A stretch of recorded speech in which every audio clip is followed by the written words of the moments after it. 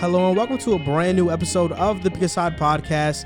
My name is Moran and I'm here with Ronny, Castaneda, and John Carlos, and this is now episode 88. In this episode, we will talk about the Miami Heat getting swept, if the Celtics should trade Jaylen Brown, reacting to Jayson Tatum's top 5 players list, who the Nets' biggest liability is, and if Julius Randle deserves a max. Then we will debate Trae Young versus Devin Booker, AD's injury, the Clippers tying the series 2-2 versus the Mavs, and if the Pelicans should fire Stan Van Gundy. So let's get right into it, right? Because we had, over the course of these playoffs, there have been a lot of interesting series. And I'll be honest, it's kind of hard to do podcasts during this time because if we talk about game 5 or game 6 or whatever, we release the podcast tomorrow, the game has already been played. So instead of that, we have to, come up with different and more interesting topics. And I think the topic that's circulating right now is one that's about the Miami Heat, because we know they just got swept versus the Bucks 4-0. And everybody is wondering whether the Heat are bubble frauds, if they were bubble frauds, if they were a product of that bubble of not playing in front of fans. So just to start off with you, JC, I'll ask, do you think the Heat were bubble frauds?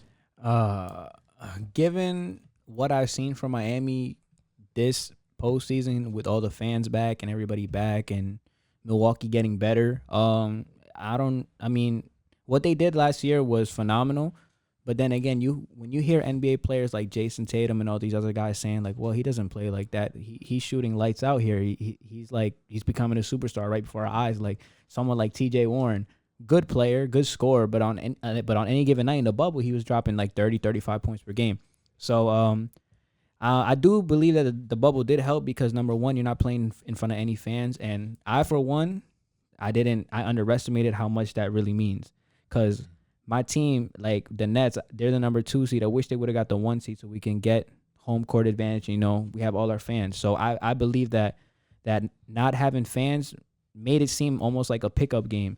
So, and on top of that, you got other players saying that the gym felt like a shooter's gym. And I mean, just by the numbers, if you look at the offensive numbers in the bubble, everybody's offensive numbers went up crazy. So I think it's a mixture of both, but I'm going to lean more towards yes, that the bubble did help them, because when you have players playing out of their mind any given night, like TJ Warren or like Jamal Murray emerged into a superstar in the bubble, and then when you see them this season, 21 points per game, I was expecting more, because the bubble, what I saw from him in the bubble, I'm like, wow, like he's doing against the Lakers, against good defenses. I would like to see this for the whole season, but that wasn't the case. So I'm gonna say Miami Heat were bubble frauds, because I remember everybody was calling them like they had a little Cinderella run.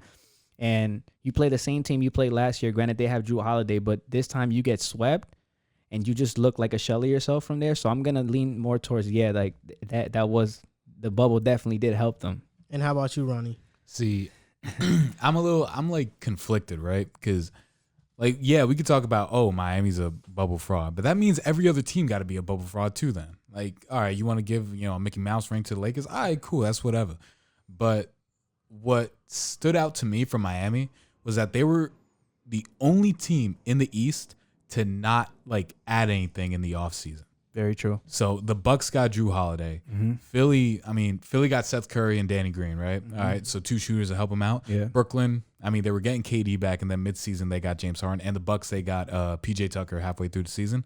That was huge. Miami didn't help themselves, so it's like, all right, yeah, you went to the finals last year. You got the same team, but all the other teams that you beat last season got better. Yeah. So it's like, what are you going to do? So I think that's that was it, bro. Miami didn't want to help themselves. And yeah, all right, Victor Oladipo, yeah, that's cool and all, but he got hurt. And so what are you going to do? I love Jimmy Butler. I think he can be, the best player on a championship team. I still believe that, because he's so dynamic offensively and defensively. But bro, Miami didn't help themselves. They just shot themselves in the foot, not adding anyone to a finals, team. Yeah. And you're right. And they lost Jay Crowder. I was just about to say who's been huge for Phoenix this season, even though has. He's been off in the playoffs. And as soon as they traded Kelly Olynyk, he turns into Dirk Nowitzki with the Houston Rockets, and he's going crazy. And Oladipo, that was their big splash move. of course, the reason why I think it's so fun to pick on the Heat right now is because, one, they're down. Yeah. Two is that they were talking. They're fans. They were talking a lot of smack in the offseason. I mean, not only towards other fan bases, but they also were overhyping their own players and overvaluing them. Like Tyler Hero and Duncan Robinson, I call them the Barnacle Boys. They didn't want to trade the Barnacle Boys for James Harden, Mr. Fear the Beard, who's in Brooklyn right now, who's a pivotal part, going crazy. Had 18 assists the other night. Thank you, Miami. And they did not want to trade for James Harden because they felt Tyler Hero was too much of an important piece.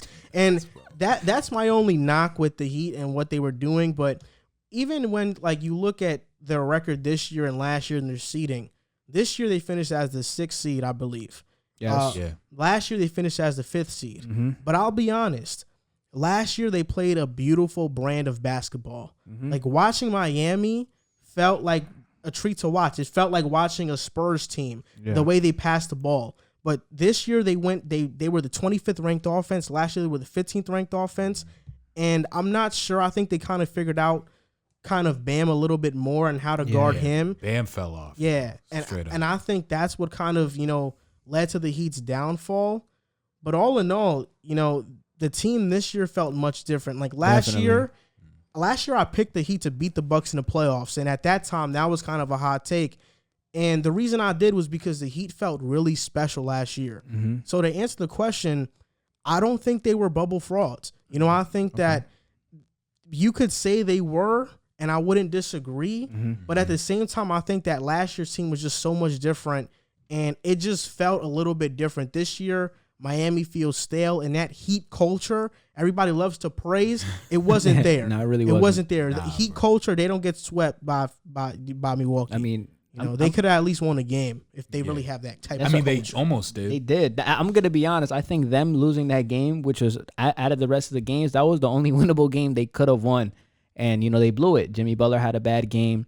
And once you go down, once you lose like that, once you try your hardest, you play a bad game, you only lose by 2 points on a game that you should have won.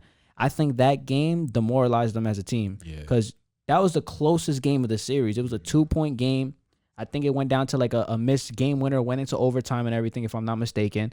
And it's like a game like that, I think had Miami won that game, the series would have been completely different. But them losing that game and then getting blown out the rest of the way, I just felt like that one game just demoralized them as just a whole unit. They didn't look the same after that. Like, I don't know how you guys felt. Like, I felt like game one, like, kind of took their hearts out. I mean, not to mention, they were going up against a team that probably has the biggest chip on their shoulder. Definitely. They wanted that matchup. Mm-hmm. For real. So, I mean, like, after game one, I think while it demoralized Miami, I think that, like pumped some stuff into Milwaukee. Definitely. It's like, yo, like, we got to step up. We are not about to be first-round exits, like, against a team that beat us in the bubble. So, I think that was, like, the major case. It was huge because, like, it was almost like a legacy game in a way for, like, Giannis and Coach Budenholzer. Like, if if he loses that series, he's gone. Like, he's out. And if Giannis loses that again, that's going to be demoralizing to his career because you got Drew Holiday, you got Chris Middleton, you acquired PJ Tucker, who he loves, who's a very, very good defender. Bryn Forbes. Like, you had the team. Bobby Portis, he's been great huge. off the bench. Like, so in more ways than not, I felt like Milwaukee was, like, for lack of a better term, just more hungry this year. You lost to this team in 5 games. And last year, I was on a podcast, and I thought Milwaukee was going to win in 5. But it was the other way around. So I just felt like Milwaukee having their backs against the wall, them winning this matchup, and this being a legacy and a job and a coaching job on the line just helped them. Yeah, and, they got the job done. They got them out of there in 4. Now they're waiting for the winner of, we know who's going to win, Brooklyn. Now they're waiting for Brooklyn. They got more rest, and they're ready. This is a good team. Yeah, and, as great as the Bucks were and as bad as the Heat were, I think, it was more about Milwaukee just being that great of a team. Because of all the acquisitions they made, it allowed Giannis to play differently and for Mike Budenholzer to game plan differently for the Heat. Mm-hmm. And I feel like their offseason additions get very slept on. And, we were talking about it the other day, and before the pod started, you guys were both talking about how you're worried about Milwaukee, rightfully so, because Milwaukee is going to be a tough matchup. Very tough. Not only can they score with the Nets, but they can defend with them too. Well, they can defend better way than us. better. Yeah, no, way better, bro. Yeah, they can defend way better. And since DiVincenzo's not there, we'll see who starts and plays for him. I think probably Connaughton will because of his defense. Pat Connaughton, yeah. But, that's the thing, man. I think the Bucks were just a great team this year. Definitely. And that's what happened to the Heat. So maybe you can call them bubble frauds. I think last year was a little bit of a magical run. I mean, Jimmy Butler played out of his mind. Tyler Hero, for a rookie, was like next level amazing. Yeah. You don't expect that from a rookie. Yeah. And then these playoffs, and then Duncan totally Robinson couldn't off. miss. Yeah. And also, that's another thing. Like, Duncan Robinson was a brand new contributor to that Heat team last year. And now teams had the chance to look at film and figure him out and how to play against him. Yeah. And that definitely, went against what the Heat were trying to do. And then Kendrick Nunn fell off, too. Yeah, Kendrick Nunn fell off last year. Yeah. Like, he I don't know. I mean, I don't know if it was just, I mean, I agree with you guys in the sense that their team definitely got difference. They didn't add anybody while everybody got better. But it also doesn't help that Tyler Hero coming off a rookie of the year caliber year, stepping up in the postseason, he takes a step back. Duncan Robinson, they figure him out. Then they have like a point guard problem. Like Kendrick Nunn supposed to, like he came on the scene last year, was a good player, fell off towards in the bubble. So they had a lot going against them. And then like we all agreed, them losing Jay Crowder, another frontline defender who can space the floor and defend well. It just, I wish I would have seen it coming, but I just thought this Miami team would have just given a better effort just off what they did in the bubble last year. But that wasn't the case. The Heat, they faced the Celtics last year in the Eastern Conference Finals. Yeah. And Kemba in that series didn't play up to his potential. And I know that Kemba Walker's a guy who not many people are talking about, but I think we should talk about him because he's a guy who not too long ago was put in top 5 point guards list. Yeah. Was put, as one of those guys who once he gets out of a situation in Charlotte, he's going to really thrive. And he hasn't been that same Kemba since he's been to Boston. I mean, this series against the Brooklyn Nets, he's averaging, I think, like, oh my gosh, I want to get the numbers right here. I think he might be averaging like 12 points per game against his Nets team in the playoffs. Oh no, he's averaging 12.7 points per game, shooting 32% from the field and 17% from three versus the Nets in these playoffs. And nobody expected this out of Kemba, especially with Jaylen Brown being out and him having to step up against a team in the Nets who's not a very good defensive team. So, simple question, what the hell happened to Kemba Walker? Like, why does his career seem to be going down the drain, and it's not the same anymore? He's not that same Kemba. He's not the Kemba that the Celtics thought they were signing.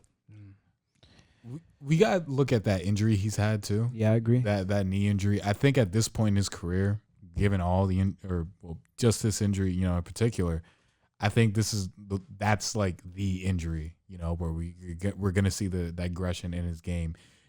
Everyone knows the patented step back and how quick he was off his dribble. He loses that step now. Like, yeah, he still has the talent to finish around the basket and get the 3 ball in, but like now you lose a step in that, and I think him having to adjust to that as well. But also, I don't think Boston is like the best fit for Kemba. Yeah, I know. Joel, we were talking about it. When you have guys like Jayson Tatum and Jaylen Brown on the wings, I think you need more of like a playmaking, passing kind of point guard. Definitely. Like, you can't have like 3 scorers up top and then have, wing guys there. Like, that's what happened to Brooklyn. James Harden comes in. He was able to, add on to his passing game, and that's why Kyrie Irving started going off, Kevin Durant, Joe Harris, and guys like that. But for Boston, I feel like Kemba's only game is like that scoring. Like, he has to be like close to like that number 1 guy, or he has to be like the number 1 scoring option for him to like truly succeed. Yeah. Can he go back to that now? I don't know. He might have to, get a change of scenery, but I mean, that's at least my take on it. Yeah, I mean, I agree with that. I think that most of it has been his injuries because, especially being a smaller player, he's listed at 6'1", 6 foot, I believe. But I've seen interviews where guys talk about his real height, and it's like 5'10", 5'11", and that's what his real height is. And as a smaller player, when you have those injuries when you lose some of your quickness, it really hurts you as a player. And I can attest to that because when I was in high school, I used to be very quick. Then I gained a bunch of weight. I didn't have any injuries, but I gained a bunch of weight. Now I'm not quick. Now I can't beat somebody with my first step. And Kemba, coming off knee injury, he can't beat people with his first step anymore. Yeah. And that was the biggest part of his game. Of course, he can get his shot off. He's not that bad of a 3-point shooter, but the biggest part of his game was driving to the basket, getting contact, finishing around the basket and letting that open up his game. And now that he can't drive efficiently like that, it's hard. I mean, I was looking at his injury history, and before 2017, he had nothing, like no injuries at all. 2017, sore shoulder. Then this is 2019 to now. Neck, illness, knee, rest, knee, left knee, rest, illness, knee injury management, neck, knee, and god damn, like there's a lot of knee stuff. So neck and knee stuff is what he's getting right now, and I think that's probably been the biggest thing that's been holding back his game. But even in Charlotte, I kind of think right now we're realizing that he was a great scorer in a bad situation. Yeah. That once put on a real good situation is not going to look like that. Yeah. And I think that's the same thing that can be said for Bradley Beal now in Washington. Like once you put him on that team where he's like the second, third option, he's going to go back to 25, 22 points per game. At least that's my take on it. But I think that's what happened to Kemba right now. And last year, it's where it started. I mean, he played 51 minutes in Game 6 versus Toronto and scored 5 points in that game. But even his playoff failures, it's been there. And in Charlotte, he was in a playoff series, and he shot 36% from the field and 32% from three. Some players just can't perform in the playoffs, and I think that's probably what Kemba is right now. I mean, I agree with what both of you said. I agree towards the fact that, the injury definitely slowed him down. But I saw that last year, and it's kind of hard. Like, if you put yourself in Kemba Walker's shoes, every night you're the guy on the Charlotte team, 25 points per game, getting your shot. And then you come to Boston expected. I know when he came to Boston, he was expected to be the best player, but Jayson Tatum took that leap, overlapped him. Then Jaylen Brown took that leap and overlapped him. So you got to put yourself in Kemba's shoes. You're coming in to be the best player. You're replacing Kyrie Irving, who when he was in Boston, people were saying he was better than Kyrie Irving, which I never thought he was better than Kyrie Irving. People said that? No, definitely. Yeah. Definitely. Yeah. I don't even remember definitely. that. And if not being better, that he was a better fit. And my whole thing was because of leadership, I think. My whole thing was like Kyrie, when he was there, got him to the number 1 seed one year, got hurt in the playoffs, and then the year before he left, 4 seed, won in the first round. Milwaukee series was bad, but it's just the emergence of Jayson Tatum and Jaylen Brown. Like Kemba Walker knows, like, okay, these guys are obviously better than me at getting my shot. They're just better players than me. Jayson Tatum's looking like he's like emerging into a superstar. Jaylen Brown this year stepped up crazy. And think about it. You have a lingering knee injury.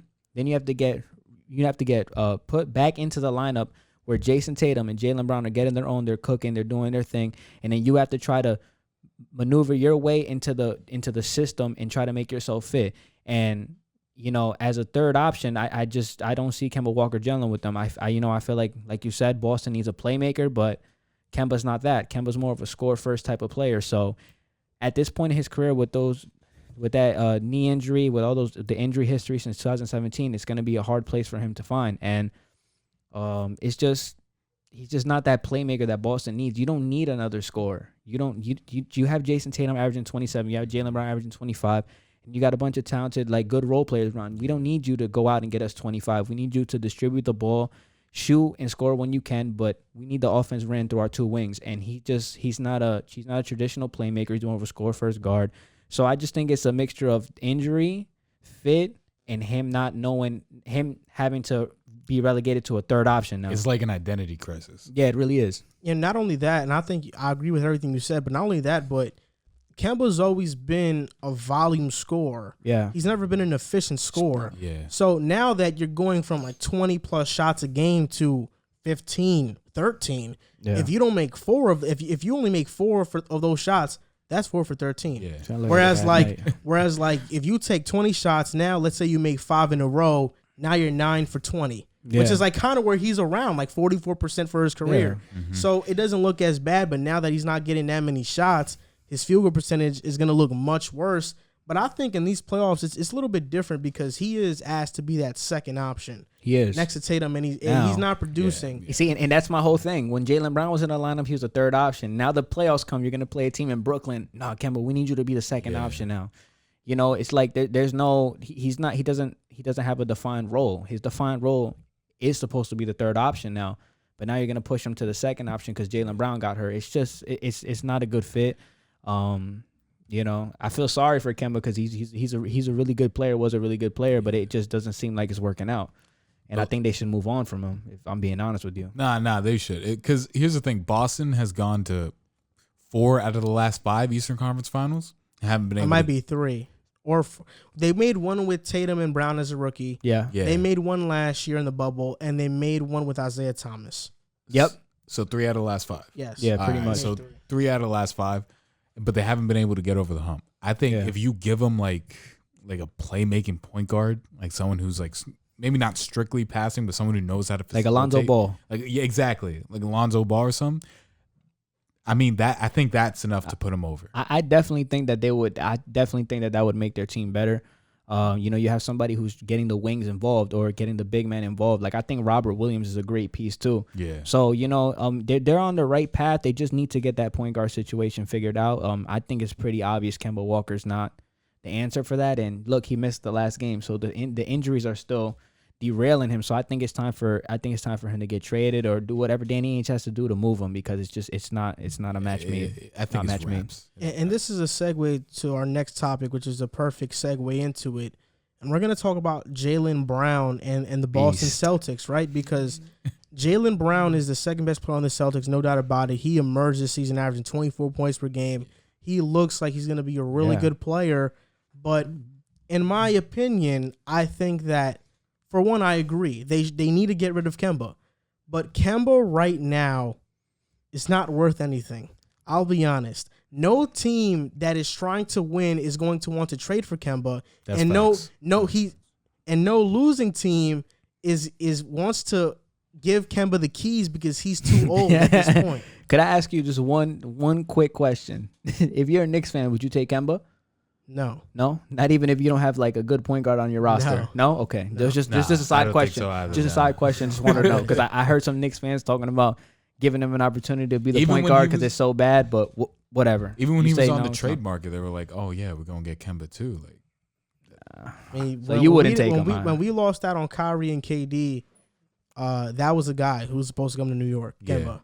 And he didn't come, and I'm glad because I didn't want him at that time either. I really didn't. And I'm glad that front office didn't want him either because I think they're not going to want him now, especially after that. It's going to be hard to trade him. I think the only way for the Boston Celtics to get better from here on out, because, I mean, for one, they're paying Tatum the max. They're going to pay easily Brown a boatload of money. They're paying Kemba a boatload of money. His contract ends in 2 years. But they're not going to have enough cap space to really sign a great player. They're going to have to trade for that said great player, or they're going to have to reduce salary on their team. And I think the way for them to improve going forward is by trading Jaylen Brown. You know, I've mentioned 2 trade ideas, both with the Sacramento Kings, because I haven't thought about this too much, but it's both with the Sacramento Kings. First of all, I'm going to talk about why I think they should trade Jaylen Brown. Through the history of the NBA, you have not seen 2 wing players that are primarily scorers win a championship.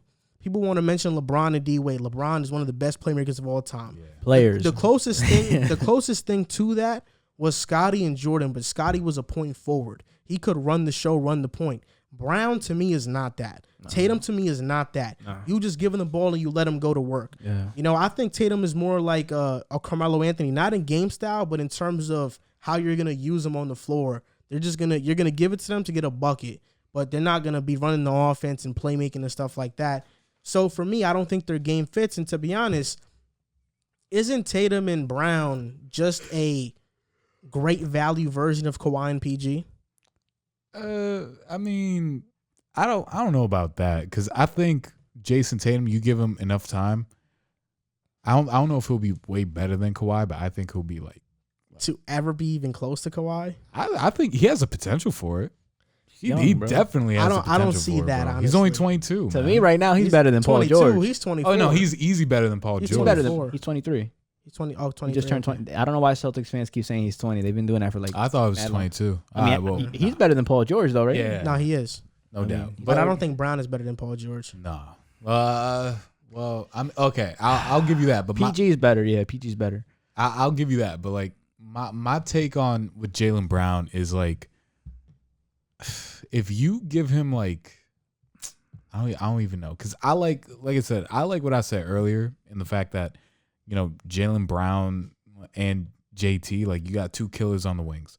That's what Brooklyn's doing right now. You know they what got I'm saying? Harden. But They got that playmaker that we've been talking about. But he's also their second best player on the team. Maybe first to some like me. I feel like James Harden is the second best. I was thinking about this series right now because Kyrie had a slow start, kind of, but Kyrie's the best third option in the NBA right now. In the NBA right now. So. Yeah, I agree, but I think Brooklyn is a little bit of a weird case because they have superstar heavy, right? Yeah, they have overwhelming talent. Like I think Boston will never be that unless they draft some guy that's like an unknown gem. But like even for example, Golden State, people mentioned that before. Golden State, Draymond was their playmaker. Steph can play make too. And so they have the playmakers. And then when they got KD, I mean, the talent was just overwhelmingly superior to everybody in the league that they won. So these are my trade ideas, both with the Kings. First one, trade Jaylen Brown for De'Aaron Fox. So I think that's straight up. I think that's maybe the Kings can offer like I don't really know. Maybe just a whatever guy, and then like Harry Giles. Yeah, and then the Celtics throw in like Aaron Nesmith or somebody. But for the most part, it's gonna be a straight up trade Jaylen Brown for De'Aaron Fox. The second one is Jaylen Brown and Marcus Smart. Trading Marcus Smart is gonna be big, but it's gonna be not a fan fave move. But who would whatever. You get? You get back Tyrese Halliburton, who I think can be a true point guard, pass first guy, who can also shoot 40% from the three and be a really knockdown good shooter. He's also a really good defender. And you get Buddy Hield, who can also shoot 40% from three, space out that floor for Tatum, and you get Marvin Bagley, who can be their big man. Maybe you can turn him into a defender. He has the length too. He just needs the motivation. Maybe in Boston playing winning basketball, he has that motivation to live up to that second overall pick because he hasn't been bad. He hasn't been Luka. He hasn't been Trae Young. He hasn't even been DeAndre Ayton. No, he hasn't. But Marvin Bagley hasn't been bad as a defender. He's a good player. He's not that bad. But under the right guidance and Sacramento situation, he can really flourish. He's been like a 14-8 guy. So in Boston, being their big man, they could play small. He can be like maybe 16-10. And I think the starting lineup in Boston would be, you got Tyrese Halliburton, Buddy Hield, Jayson Tatum, Marvin Bagley, and then Robert Williams starting at 5. Or maybe, maybe Tristan Thompson. Yeah, maybe him too. So you could play like that. And I don't think that'd be too bad of a team. You got Halliburton, who was a rookie, who is still going to get really better. You have Buddy Hield, who you know what he is, but he's exactly what you need in terms of space on the floor. He's what Evan Fournier is to them right now. Yeah, Buddy Hield is exactly what he is right now. And then the Kings, you get Fox, Brown, and now you can make something happen with those two. Maybe, hopefully, that'd be good. I like that Fox trade a lot. I don't know why. I just feel like I don't think Fox is the answer, bro. Nah, it's not even about being. It's not even more so about being the answer. It's just, I just think De'Aaron Fox for Jaylen Brown. It's like I mean, do you think Jaylen Brown's that much better than De'Aaron Fox? I think he, as a scorer, no. I think Fox is a better scorer. I do, but all around player, I think Brown is better. Yeah. And I think he can help out their defense in Sacramento. It's just De'Aaron Fox. I mean, for the average fan, they don't really know how good he is. I think he's really good. Like, he's really good. He's probably the most explosive player in the league. Next to Russ, yeah. He's very fast. I mean, he's not a bad shooter either. He's gotten better at shooting. I like that trade. But then again, I like the Tyrese Halliburton because you get a lot of young pieces too. So, I mean, if I'm Boston, I don't think that's that crazy of a trade. I think both of them could work out. But me, I would try my best if I'm Danny Ainge to get a playmaker, to run it back with a true playmaker for 2-3 seasons. See what you can get with a pure playmaker setting up Jaylen Brown and Jayson Tatum and all these young guys. And then if it doesn't work out, then you go into that direction because Jaylen Brown and Jayson Tatum are going to be entering their primes and they're still going to be young. So I think it's a little too early to trade, but I just think that I think Danny Ainge has to build a perfect roster and a good point guard that can surround his two wings that are really talented. I think Rubio would be the perfect point guard. Rubio would be good. Someone like Rubio too. You set him a good defender, can set him up, great passer. He's not going to take a lot of shots like Kemba, high IQ, plays hard. I mean, I think that would be good too, but I think you have to get that point guard who's a pass first point guard for it to work out. Even like I think a Kyle Lowry would benefit them a lot. Kyle Lowry's a really good playmaker. Like, what about Jaylen Brown for Bradley Beal or Karl Anthony Towns? One of those. I think that's pretty good too. I don't know if Minnesota would do it just because they have a lot of wings, or not a lot of wings, but they have Edwards. How about what if you get? Because I know like Minnesota's dreaming of number 1 overall right now. They're dreaming of Cade Cunningham, which means D'Lo going to be on the chopping block. But that pick belongs to Golden State. Ah, that's right. Unless it falls within like some certain number, but Kyle Lowry's a free agent, right? Next year. Yes, after this season. Yeah, if you were Boston, would you give him a try? I would sign him, but I don't think they don't have the cap to do it. They don't? Nah. Yeah, I feel like that would be a good one too. You get Kyle Lowry, who's like at the start of his Toronto career, he was known more for scoring, and now he's averaging like 8, 9, 10 assists a game. Yeah, I think that's a great point. He's a great defender, plays hard. I think that would be a good pickup, but obviously the money situation. Yeah, I just think it's a bit weird ideal. Because I think Danny Ainge, you got to make a move. Yeah, I don't know if it's trading Jaylen Brown, I don't know if it's trading Kemba, whatever it is, but you got to make a move because in 2019 there was a report that the Celtics could have traded Jaylen Brown for Kawhi Leonard, but they didn't because he didn't want to pull the trigger and get rid of Jaylen Brown.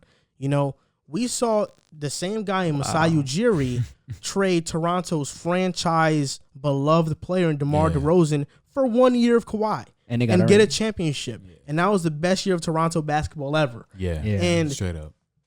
Danny Ainge didn't want to do that. Danny Ainge didn't want to trade for Kawhi, and granted, probably they would have never won. Yeah. But if that was during when Kyrie was there.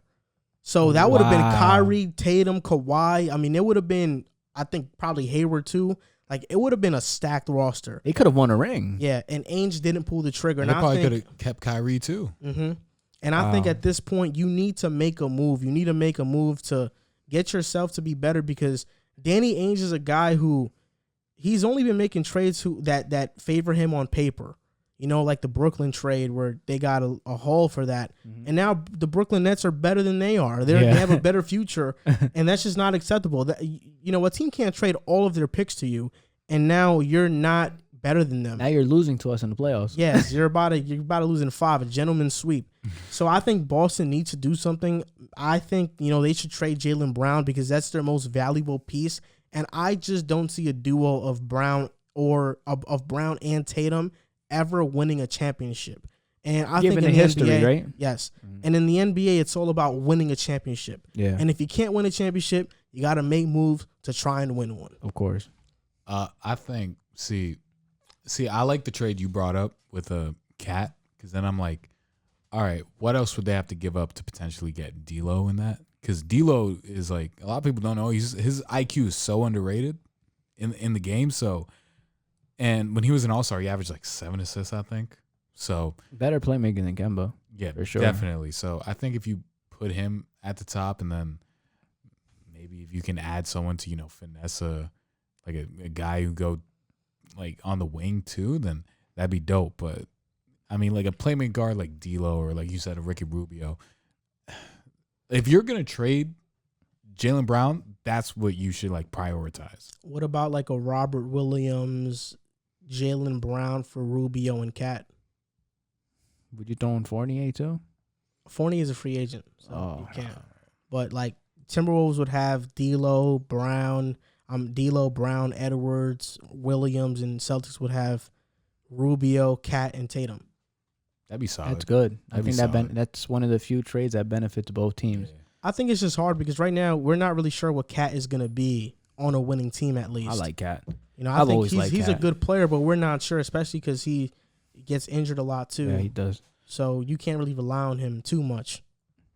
So I think that's their only downfall, but that's definitely, Boston has a lot to think about. Yeah. Because they need to get better, and I know they want to win a championship. The city wants to win a championship, but Jayson Tatum recently, he has come out with the top 5 list. He was on $1 million worth of games. Shout out to them, Gilly the Kid, and good podcast. And it's one of the best podcasts out there. It's really funny. For real. And Tatum was on there. Not gonna lie, one of the more awkward interviews I've ever seen. He looked awkward. Like, he looked like he had to laugh at their jokes all the time. They were funny, but he just looked like. Bro, but that's like every ball player. Like they're all mad serious. You ever notice that? They just be sitting there waiting to ask questions. I just can't get I just couldn't get it through my head that Jayson Tatum was really sitting next to them and having a whole discussion. It just looks like he just doesn't belong talking to them. You know what I mean? KD was chilling with them. He was chill. I think Tatum is just, for me, Tatum was just taking too long to answer a question. Yeah. Like he would sit there for like 30 seconds thinking like Gilly would be like, all right, man, yo, Tatum, who's the best scorer? Tatum would be like, They would have to name players and remind him against his own contemporaries. They did the same thing for his list too. Yeah. He got stopped after like the first 3, and then he just had to keep going. Tatum was like, damn, that's tough. And then it would just be like silence for 10 seconds. Gilly the kid's like, all right, so let's just talk about this. No, but okay, so his top 5 list was LeBron, KD, Steph, Harden, and AD. And he said in the podcast, this is no order. So this is no order, but it's LeBron, KD, Steph, Harden, and AD. He left out Kawhi. He left out Luka, and he left out Jokic. He left out Giannis too. So those are 4 notable names that he left out. So, I mean, what do you think is wrong or right about Jayson Tatum's top 5 list? I feel like if you were to ask every grade schooler like their top 5, that'd be that. You know, that's like the most basic top 5 in the league right now. Like, I mean, there's nothing wrong with it. You know, like that's a valid top 5. Like, there's nothing wrong with it. They're all great players. I mean, are you asking me who my top 5 is? Who is your top 5? Because my top 5 is different from that. Who's your top 5? If I'm just going off this season or just my normal top 5 from just giving the last 2-3 years body of work what players have done? You can go both. Okay, so my normalized top 5 would probably be LeBron James, Kevin Durant, Steph Curry. I like Giannis, and then I like Kawhi. But if you're asking me this year, I would probably say LeBron, KD, Steph, James Harden, and Giannis. I wouldn't have Kawhi in my top 5 just because he's a top 5 talent, doesn't play enough games. Like James Harden in Houston, even now, doesn't miss games, is always there for his teammates, makes the team better. So that would be my top 5 for today.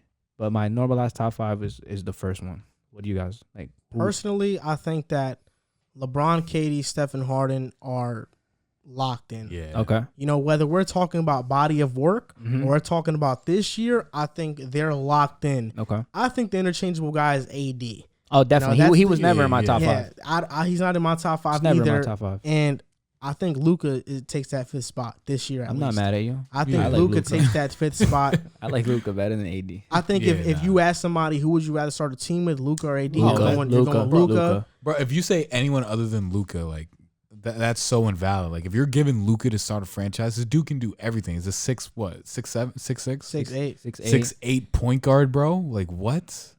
Yeah, he's unreal. So I would swap out AD.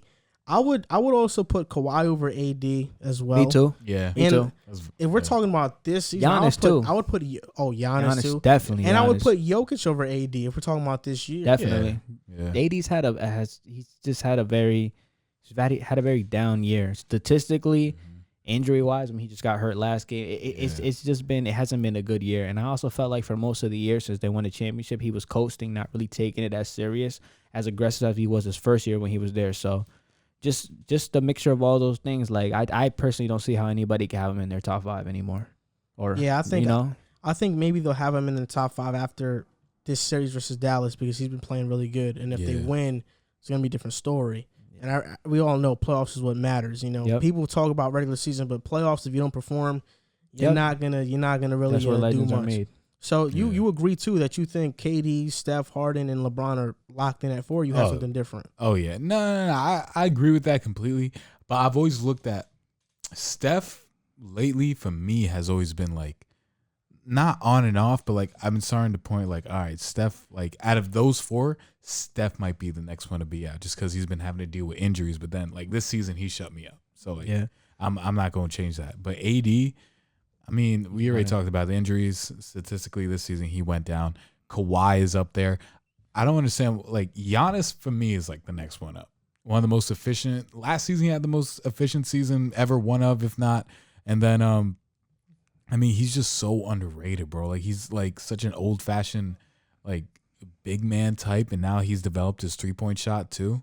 So, I think, like, for me, Giannis is, you don't have to put him a lock, but, like, you have to give him a look. Yeah.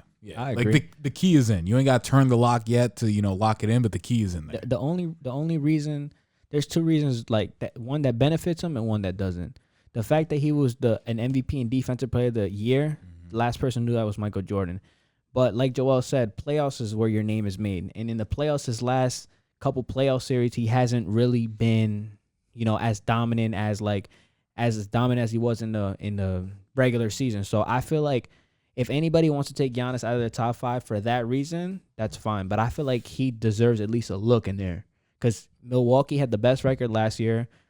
We're talking about Milwaukee potentially upsetting the Brooklyn Nets, and it's led by him. So, I mean, give him a look. You know what I mean? Give him a look. I mean, if you want to, hold his postseason woes against him, that's fine. But if you ask me, I think he easily gets the nod over Anthony Davis. I mean, I don't know about you guys. I mean, I think he gets Easily, the nod over though. Anthony Davis. I think last year's a bit different. I would have put AD over him just because we got to see AD in the playoffs really play elite level defense. Yeah. Like elite level defense and score with anybody on the court. So I think it was a bit different. And I'm not mad at the list, but definitely I think he did leave out some Luka. revising. Yeah. But I know that Tatum and Luka, they're contemporaries. They're kind of battling out for who's so the he's best young player. He might not. And I know Giannis is an Eastern Conference rival. And Kawhi, maybe he just probably doesn't think Kawhi's top 5, which I'm not mad at. Yeah. But so I think Tatum, his top 5 list wasn't too bad. Solid. Yeah, listen, I want to see how many people in the comments agree with his top 5 list, or listeners that agree and think that AD does belong in the top 5. Mm-hmm. But the Brooklyn Nets right now, of course, they're beating the Boston Celtics 3-1. There was a whole dilemma about a fan throwing a water bottle at Kyrie. That fan is now arrested and stuff like that. Facing charges. Big charges. He got charged for assault and battery. So yeah. And I think that's good because it's going to scare fans away from doing dumb stuff.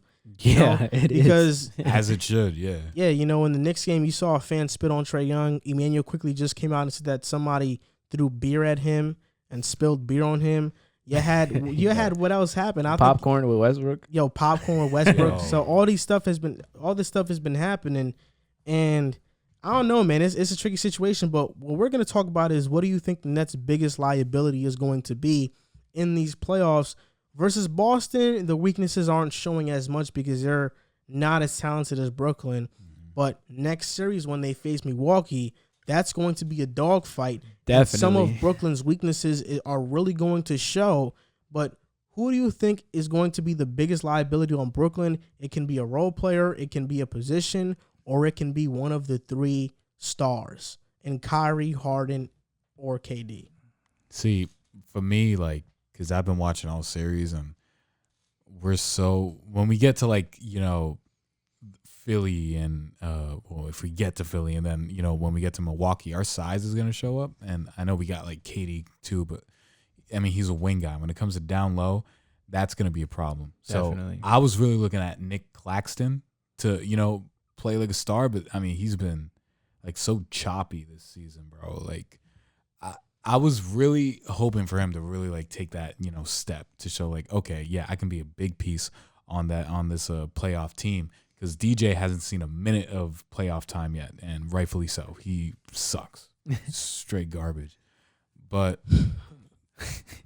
I mean, nah, for real. But, Claxton, I mean, he's been so, terrible. Last game, he finally got 4 blocks. Or I think he finished with more, but he showed up on the defensive side. Offensively, though, is where our game runs. So, with him, we're gonna have to show that, and it's not he's just it's miscues. It's rookie miscues. He's in his second year. I'd call it his rookie year because he didn't play at all last season. Didn't, yeah. But I mean, he's pump faking when you shouldn't be pump faking. There's no one around you. You got longer arms next to KD. You got the longest arms on the team, bro. Just put that up. So, I mean, for right now, he's the biggest liability, and it's really going to show out when we go up against Milwaukee, especially since Jeff Green, he's nursing that injury, and he can guard a lot of big guys. So I mean, Nick Claxton's really our only guy who can guard anyone down low. He's gonna get killed. He's gonna get violated. I mean, I don't want to single it out on any player, but it's just our lack of size. I honestly think this is the series where we're going to have to reactivate DeAndre Jordan because he's strong enough to bang down low with a couple people, can get a couple rebounds. But But even that's scary because Giannis was murdering him. Even then, so it's just like it's gonna come down to the front court. Blake Griffin, he's been an improved defender for the Nets, but he's not gonna stop Giannis. DeAndre Jordan is not gonna stop Giannis. Nick Claxton is not strong enough to stop Giannis. It's gonna be our front court that's gonna kill us. Kevin Durant's a good defender, but you don't want him guarding Giannis and then trying to get buckets on the other end. It's gonna get you tired. That's why our front court is going to be very detrimental to if we win this series or not. I think James Harden, Kyrie, Kevin Durant, I'm not worried about any of them in the slightest. I know James Harden's going to come to play. He's going to have his assist numbers. He's going to have his scoring. He can score when he needs to. Kevin Durant, Kyrie Irving's Kyrie Irving. It's going to be mostly our role players, but our role players in the front court. Can you stop Giannis? The answer is no, you can't. You can't stop Giannis. And then a thing that worries me is also our perimeter defense in the way that like Drew Holiday is no slouch. He's gonna get to the rack. He can create his own shot. You got Chris Middleton who could create his own shot. So do you really trust Kyrie and James Harden to really guard those guys all series and on top of that get their buckets? Milwaukee is the perfectly constructed team to beat the Nets, but our front court is what's gonna kill us because it's been that story all season. If you look at the numbers that centers and power forwards put up on the Nets, it's ridiculous. And then Giannis had a 49-point game on us. Yeah. Granted, James Harden wasn't playing, but James Harden is not going to make much of a difference either. It's not like he's going to guard Giannis the entire game and stop him from scoring 49. So it's going to be our front court. It's going to be if Blake Griffin and Nicholas Claxton now, because Jeff Green's hurt, if they can step up and get some stops. And honestly, I just don't see it happening. For me, I think you guys definitely are right. I think right now they're putting DeAndre Jordan in the hyperbolic time chamber to try to get him, fixed up. But need him. Obviously, Blake Griffin, he's a guy who, when he first came to Brooklyn, he showed a sense of urgency on defense, effort, diving for loose balls. He's been really good in that. He's shown the effort, but his size, his wingspan, his short arms, they just limit him from contesting shots on a consistent basis and being any type of, rim protector. I mean, that's not him. That's never going Kevin to be Durant's him. A rim protector. He can't do that. So he's definitely going to be a liability. And you guys mentioned the big man stuff, and I agree with that. But I think one of the big three is going to get neutralized. I'm just not sure which one. I don't think KD is, but Neither do I. Unless PJ Tucker's guarding him. But if Drew Holiday is on Harden, it's gonna be tough. That's the key for me. You think Drew Holiday is gonna be on Harden, not Kyrie? That's the thing. I think if I was Milwaukee, I would put Holiday on Harden. Me too. If I was Milwaukee. If I was Budenholzer, that's who I'm putting on Harden. And then that's their playmaker score. So then who would you put on Kyrie then? Chris Middleton. Or Connaughton. I think that. All right, yeah. Well, one of them's going to get a favorable matchup. Yeah, if it's Connaughton on Kyrie, I could see that. But I feel like if you put Middleton on Kyrie, that might be. Kyrie can do him. That's Buffalo chicken, bro. That for me, that's what I think is going to be the biggest thing. I'm more worried about Kyrie in this series because he's a volume shooter. He's struggled against Milwaukee in the past in the playoffs. He's had games where he really has been very inefficient. That's the guy who I think might be the Nets' biggest liability, at least out of the big three, because I think Harden's going to come to play. His scoring may not be there, but he's going to make every other play. KD, I trust him to go off. So Kyrie's that guy that I think has to be efficient, has to get to his spots, and if he is matched up with Holiday, he has to win that matchup. As hard as better it is, than him. Yeah, as hard as it is, he needs to win that matchup. I know Holiday this past series just completely obliterated Jimmy Butler, but Kyrie has to be different and really win that matchup. And it's tough because you guys are right. Milwaukee is perfectly constructed to beat the Brooklyn Nets. Everything. Yeah. Giannis, I think, might average 30 to 40 points. Nah, probably bro, 40. That's exactly it. Yeah, he might average 40. But, I want to say one thing, though. If the big three, they all come to play and show out, this series is over in 5. I'm going to say that right now. If Kyrie, James Harden, Kevin Durant hitting it on all cylinders and there's no answer to stop them, this series is over in 5. You mean like how they can't Milwaukee, as good as they are defensively, they can't score with us, bro. Let's be real. I'll say 6. Let's be real. Drew Holiday can't score as well as Kyrie Irving. Yeah. Chris Middleton can't score as well as James Harden. Giannis Antetokounmpo, as good as and as dominant as he is, he can't score as good as Kevin Durant, bro. You mean like how they played yesterday? Yes. If they're hitting on all cylinders, they're not beating us. But, we have to take into account that they're a good defensive team. But if the big three show up and show out, they're not. I think this series ends in 5, maybe 6 to be nice, but I think it ends quickly. But I do. If they're all hitting on cylinders. If one of them have a bad series, this is a series that could go to 7. I mean, for me, it's kind of like a part of me just feels like Steve Nash is going to be like, all right, let Giannis do what he can do, and let's just make sure Middleton and Holiday aren't the guys that are like adding on to the feasting. I mean, you're trading 2s for 3s, at that point. And that's exactly look, it. And Drew Holiday, he's not the best shooter, but he's definitely better than Eric Bledsoe. Yeah. Definitely have to respect him. And Chris Middleton is an elite shooter. He's shot over 40% for multiple times in his career. He shot 42% from the 3 in the Miami series, if I'm not mistaken. So that's another guy you can't sag off. And another guy that we're forgetting about, if Brook Lopez starts hitting his shots, that's right, and stretching the floor and being that rim protector, he can be very useful. So it's a lot of if, ands, or buts. We can only have to see when they step on the court in Brooklyn. But I definitely think that it's gonna be a dogfight. I think whoever wins this series comes out of the East. I'll be honest though, I think that they won't play Brook Lopez much. I think their lineup is gonna be. Oh, they got Bobby Portis too. Yeah, that's right. And he's good. Yeah. Damn, they He's got a good good. But I think they got a good their team. lineup is gonna be Holiday, Connaughton / Bryn Forbes, whoever they are, doesn't really matter. Giannis, Middleton, and Tucker at the 5. I think they'll have Tucker, but I think they'll have Giannis protecting the rim because he can be a rim protector easily. And they'll have Tucker on KD.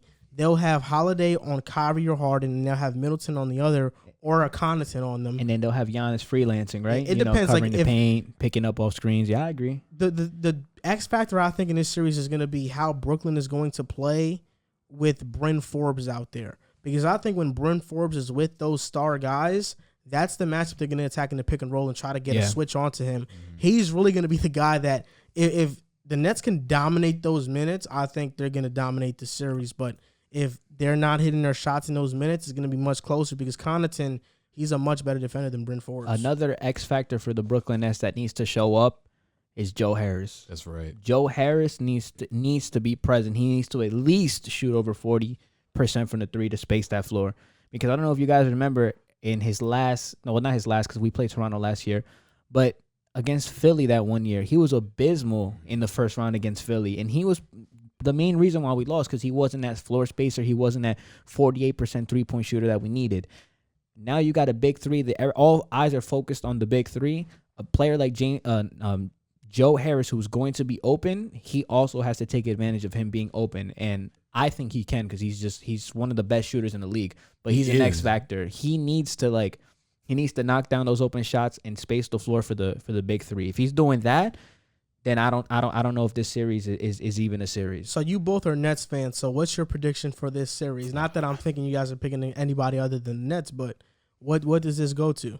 See, I was talking to JC before we even started. I was like, I think each team is going to handle home court, and it's going to go to 7. So, I mean, Brooklyn's got home court. What do you think wins in 7? You think Brooklyn gets in 7? Yeah. Like I said, I think it's straight up going to be chalk, that entire series. Brooklyn's going to win the first 2. Milwaukee's going to win the second. Then Brooklyn, Milwaukee. It's going to be back in Brooklyn. I think the Brooklyn Nets will win in 6, because I think they will be the first team in that series to win on the road. Okay. And then they'll handle their home court. What do you think? No, I've been having the Nets since the beginning of the season. That's not going to change now. But the Bucks do frighten me. Of course, the Bucks are that team. Do. They're constructed to beat the Nets. The Bucks are that team that I'm like, damn, it can go either way. So I'll say the Nets in 7 as well. I'll say the Nets in 7 because I respect the Bucks that much as the team they are. Like they are a great constructed team. They have really made a lot of enhancements to that roster. Yeah. And now we now know why Giannis decided to stay, because he asked for help and he saw it. Can I ask a side question? If Budenholzer loses this series, do you think they fire him? They shouldn't. Yeah. They shouldn't, right? They shouldn't, because this is a very tough series. This is against Brooklyn. Yeah. This isn't fair. Like, if they lose the series, it's just not fair. It's the Brooklyn Nets. Everyone knew they was going to be out the East anyway. I mean, this is what we're Nets fans. This is James Harden. This is why James Harden's here. This is why this trade was made. Mm-hmm. Like, go big or go home. Like, it's time now. So if Brooklyn's gonna win, this is the best team you're gonna have to go through. You got to do it. All the chips will win for this one season. You got to get it done. Now I agree. If the Nets lose this series, it's gonna be a lot of media stuff going on. Bro, I'm not gonna sleep for like a month, bro. It's gonna be terrible. I'm telling you. So I want to announce something right now to the audience and the fans. So recently, we have been supported and contacted by Manscaped. They have been generous enough to send Riv, Jack, and I the Lawnmower 4.0 along with the T-shirt and some boxers. It was really, really great. And support for the Pick Aside podcast is brought to you by Manscaped, who is the best in men's below-the-waist grooming champions of the world. Manscaped offers precision-engineered tools for your family jewels. And Manscaped just launched their 4th-generation trimmer, the Lawnmower Pro, this bad boy right here. And you heard that right. It is the 4.0. Join over 2 million men worldwide who trust Manscaped with this exclusive offer for you. 20% off and free worldwide shipping with the code PICKASIDE at manscaped.com. And imagine shaving with a sleek, well-designed and optimized trimmer that makes shaving time your favorite time in the bathroom. You know, I'm one of the first people to try the 4.0, and I've been blown away by the performance. I'll be honest with you guys. I tried it yesterday. I just wanted to leave it in the package because it looks very sleek. I think they did a really nice job packaging this stuff. And then when you open it, you can see that the first thing it reads is it's a whole new balls game.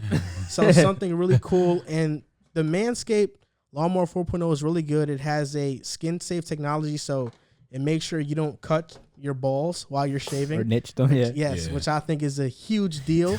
It also has wireless charging. You know, you just set it, you put an outlet in it, you set it up, and it charges on a station, but you can use it wirelessly. There's no cable involved with this razor. It also has an LED light for when you're shaving. You can see what you're actually shaving, and it has replaceable blades as well. Yep. So there are a lot of great features with this lawnmower 4.0. And I think if you need a trimmer, you need a shave down there. I know that everybody, we like to shave. You know, JC mentioned he already owns Manscaped product and he loves it. So, you know, so it's very good. Definitely an upgrade over a razor. And you can get 20% off with free shipping with the code PICKASIDE at manscaped.com. Your balls will thank you. So shout out to Manscaped right there. You know, I think it's a huge deal. You know, the reason why I think it's a huge deal because the first sponsor that we've had on the show. So obviously, if we're going to sponsor somebody on the show, we're going to sponsor a company and a brand that we believe in. We're not going to just sponsor you guys anything. And I'm very thankful for Manscaped. You know, I think it's a huge deal. It goes to show how much you guys have been involved in this process with supporting us and getting to the point where we finally have some recognition. I think that's a huge deal. And I really thank all of you guys that have been listening, downloading the podcast, listening to YouTube. I think all of that. I really thank you guys. And I'm sure if Jack were here, he would say the same thing. If Riv were here, he would say the same thing. So, yeah, we thank all of you guys because this is our first partnership and the first company that we have a promo code with, which is pretty crazy. Congrats. I never thought that Pick Aside would be that. You know, so when we first started. You know, we first started, I think, last year, 9 months ago. JC, Riv, and I. Then Jack came on later on. New York, yeah, I remember that. You know, so this was a long time coming, long way coming. So now on to the next topic. Julius Randle. He has been abysmal in this series versus the Atlanta Hawks. In the playoffs, he's been averaging 16.8 points per game, 11 rebounds per game, 4.3 assists, shot 27% from the field, and 33% from three. So he's shooting better from the three than from the field, which is ridiculous because I don't see that often. And the question is, would you give Julius Randle a long-term contract if you were the Knicks? Would you pay him close to a max because he probably is going to be on the All-NBA team, at least third team? And I'll start off first and say, hell no. You don't pay Julius Randle a long-term max contract because Julius Randle is not that guy. And I'm a Knicks fan, but I don't want anybody to mistake what I'm saying. I appreciate Julius Randle. I am grateful that this season he brought the Knicks back on. He made us relevant. He put us on the map again. He gave fans like myself something to cheer about this season. But the bottom line is, watching him play, he can't be that guy. And I don't think his game style complements a guy who can be that guy. I don't think it does. So I'm grateful for Julius Randle, but I said this on Twitter. Julius Randle is to the Knicks what D'Angelo Russell was to the Nets. Julius Randle was a stepping stone. Now we got to build some new pavement. And we got to get the actual stars in the building. I'm not saying don't bring back Julius Randle next year because he's on a player option. Pick up the option, have him play next year as well because this free agent class sucks. So you're not going to get a free agent this year. Bring him back next year, but don't pay him long-term money because he did not show up in the playoffs. And people talk about the regular season. That's fine. But the playoffs is the most important time of the year. And the reason Julius Randle has been struggling is because the Knicks offense this entire year has been predicated off of Julius Randle ISO and him taking a bunch of mid-range shots that he was making. But now in the playoffs, we see that those mid-range shots are highly inefficient. He gets guarded more closely. There is more attention on him. And now those shots are not going in, and he's not playing good at all. And I want to say this. It's not just him. I think the Knicks this series have been getting exposed. I think Tom Thibodeau's defensive vision and how he played defense the entire regular season is getting exposed in this series. I think his foundation on defense is getting exposed in this series. I think R.J. Barrett's insane shooting in the regular season is getting exposed as well. And I think our lack of a point guard play and our lack of a secondary scorer is getting exposed in this series. So it's not on Julius Randle. It's not all on Julius Randle. But I definitely wouldn't pay him max money. I think that's like giving Tobias Harris or Chris Middleton a max. And if you give them a max when you have Giannis or Embiid and Simmons, that's fine. But if you're giving them a max when you have nobody, it's not fine. And that's the reason why I wouldn't pay Julius Randle that much. And I'll be honest, I love Julius Randle all season. I even bought his jersey. But my cousin was the guy that really made me fall out of love with Julius Randle. And I'll tell you why. We were watching the Knicks game on this TV right here. We were sitting right here watching the Knicks game. And he tells me, man, Julius Randle is a superstar. And I told him, chill out. He's not, okay? He's not. Trust me, he's not. And then he said, you're crazy. Yes, he is. And I was like, he can't be the best player on a championship team. And my cousin says, why not? And I said, are you serious right now? Do I really have to explain to you why Julius Randle can't be that? And then I asked him, I listed players. I said, look, he's not even a top 20 player in the NBA. And I literally told him to his face, Trae Young is better than Julius Randle. He said, no, he's not. No way. And I said, okay. Now, this entire series, when the Hawks have been smoking the Knicks and Trae Young has been going off, I have been trolling him the entire time and telling him, is Trae Young still not better than Julius Randle? Is he still not better? I even mentioned Zion. He doesn't think, at the time at least, I don't know what he thinks now, he didn't think Zion was better than Julius Randle. Obviously his fascination with Julius Randle has really made me take a back seat and say, okay, now you're making me just bash Julius Randle because you think he's this guy that he's not. And there's no knock to Julius Randle, but at 27 years old, already being in your 6th to 8th year in the league, I'm not sure which one exactly. He's going off. This is who Julius Randle is going to be. Yeah. He's not going. This was his breakout season, his absolute ceiling, as the first option, getting the majority of shots. If he's in any other system where he's not the first option anymore, these numbers will dip quickly. And the fact of the matter is that he will not get better from here on out.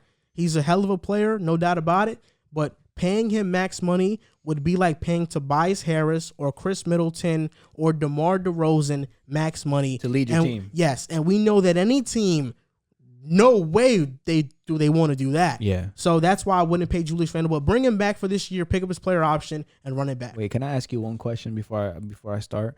How did you feel about his stint in New Orleans when he was averaging 23 a game and he was like, what, I want to say the second or third option on that team. He was averaging 19 a game. He was averaging 19. I thought he was averaging 22. That was because AD was in and out the lineup. That was the year that AD wanted to get traded and stop playing. Like I think 3 quarters into the year. Boogie was on that team too, right?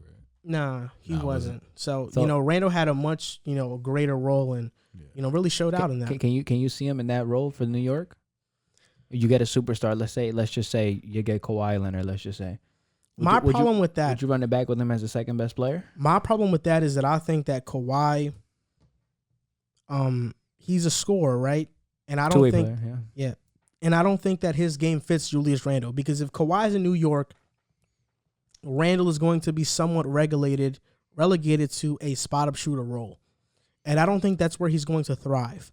Didn't he shoot 40% from the three? Yeah, he did, which is that was like a 14% increase from last year. So, look, I'm going to be safe and say that he's going to be 35 to 36% from the three. I don't think he's going to keep up the 40% from the three mark that he hit last year. I think he's going to be 35, 36%. And I'll be honest, too. The majority of the season, fans weren't in the building. So now that we got fans and he's playing bad, it looks even worse because it's like, wow, you can't play in front of fans. So he might have been a product of a guy who was just going off because there was no fans. Yeah. So that's another thing you got to factor into it. So I think this year was weird, but I don't know how he fits next to other superstars. For example, like I could see a Dame, like Dame and Randle. Okay, that's good, but is that going to win you a championship? I don't think so. No. So who else is out there? I think Luka and Randle could fit very well together, but we're not going to get Luka. Well, Luka and anybody could fit well with the way he plays. For the most part, yeah, he could. And I'll be honest, I think that if KP was on the Knicks right now, I think he'd be playing better than Randle, which is not that hard to do.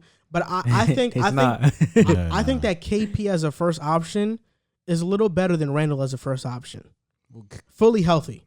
Well, KP's got like a wider game, let's say. Offensive game. Yeah, offensively.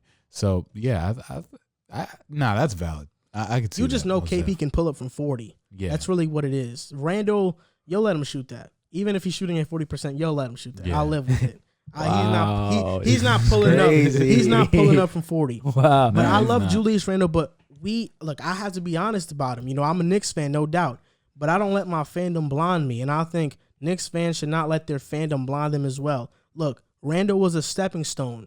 Now it's time to get the real stars. Whether it's this year or next year, it's time to get the real stars in New York. They'll definitely get some looks. Don't be blinded. I know when the Nets signed Kyrie, some Nets fans weren't that happy because they wanted to keep D'Lo. I wanted Kyrie.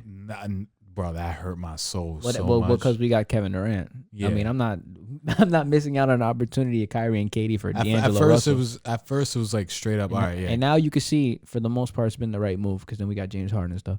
Yeah. But I was very thankful for like what D'Lo and like Karis LeVert and Jared Allen did in their stint with the Nets. So yeah, I agree with Joel.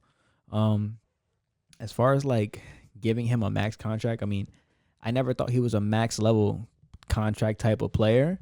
I always believe that you have to watch what they do in the playoffs. Same thing with D'Angelo Russell. Contract year, I was like, is D'Lo like a max player? I got to see him against a team like Philly, a good defensive team, all eyes on you. Didn't show up, had a terrible series. And that was the end of his stint in Brooklyn. Yeah. And I don't think it's going to be the end of the stint for Julius Randle just because this is the first time making the playoffs since like 2012. And he brought a lot of Knicks fans, a lot of joy, got him as the man, got him like home court advantage and everything. So I wouldn't sign him to like a max contract to be the best player on a team to even get out the first round because we know he can't do that. Yeah. This was the most favorable matchup for them, and they're just getting outclassed. Series is not over, but they've been getting outclassed. So it looks like the Heat would have been a better matchup, honestly. Now, yeah, because Atlanta just has too much. Like I said in the last episode, too much offensive firepower. They have just so many options and so many places where they could go on the court for people to score. So I definitely think you should bring Julius Randle back as a second option. I think if you can sign a superstar and pair him with Julius Randle as the second best player, I would like to see that because Julius Randle as your best player got you to the 4th seed. You add somebody like, let's say, Kawhi Leonard, then for a fact you have a great chance to make it out of the first and second round, maybe make it to the conference finals. So I see it like this. Pascal Siakam was was the second best player on Toronto. I don't think it's that far fetched that Julius Randle's or Siakam at that time was better than Julius Randle now. Look, I think Siakam was great, but I think Kyle Lowry was the second best. Okay, so I think Siakam was the second best scorer, but I think Lowry was better than Siakam. Yeah. And I could see that, but the Knicks have to have such a great roster for that to happen. Yeah. I mean, we have to have first a Kawhi. You need a point guard. We have to have a true point guard too that is actually really good and an all-star point guard. I think it would be interesting to see Julius Randle as the second option on the team. But I would like a superstar. Like, okay, if he's gonna be the second option, then the first option, like, I think you should fix your like point guard issue with that. Like, you guys don't need a Kawhi. If you guys can find like a superstar point guard to help him out with that, I think that'd be way more beneficial if you guys were to get Kawhi. Honestly. No, yeah, I mean, I agree with that. You're not gonna find it in this free agent class. Yeah, unless Kawhi declines his option. Let's be real. I mean, Chris Paul is going to be a free agent. He's going to be 37 coming off injuries. Kyle Lowry's Chris Paul 36. has a player option. He's not going to decline it. No, he's going to get paid a lot of money. Yeah. Kyle Lowry, I mean, if you want to give him a shot, I mean, you're not going to make anything happen with Kyle Lowry either. I think the Knicks are in a tough spot. I think you should keep him around because I think if you made the playoffs this year, I'm not saying it'll guarantee you make it next year, but you have a good shot to make the playoffs. But I do think that you guys need that superstar present on that roster to make some big noise. But I do think that this is a very youthful and a very good young team led by a really good coach. So you're trending towards the right way. I think so too. And I'll be honest as well. I think that Tom Thibodeau is more Mark Jackson than Steve Kerr.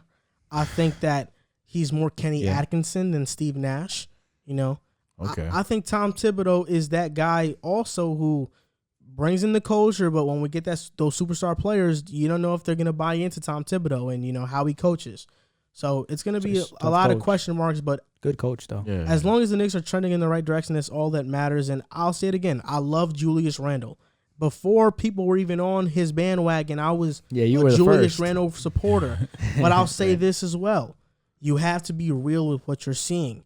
And nobody that has eyes and glasses, if you wear glasses, can watch the TV and say Julius Randle can be the best player on a championship team. That is just not going to happen. And it won't. I love Randle, but the thing about it is that fans and people in the heat of the moment love to be like, oh, he's so young, he's this, he's that. I have a rule with the NFL and NBA.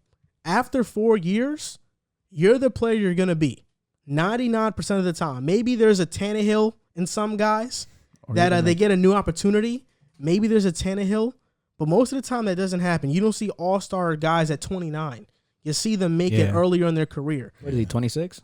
Yeah. 26, after 4 years, you know what a player is going to be. You know how great he can be.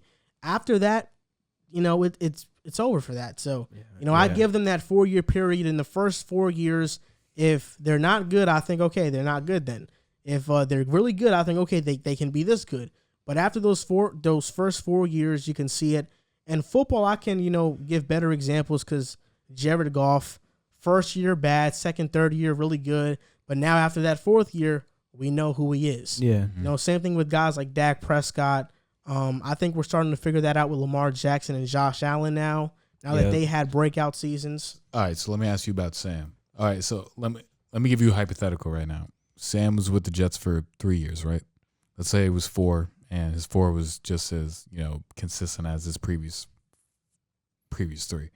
Now that he's in Carolina for hypothetical his 5th year, would you give him like the benefit of the doubt in that if he breaks out? Slightly. But I still think Sam's not going to be good. I still think he's not going to be good. I really believe he won't be good.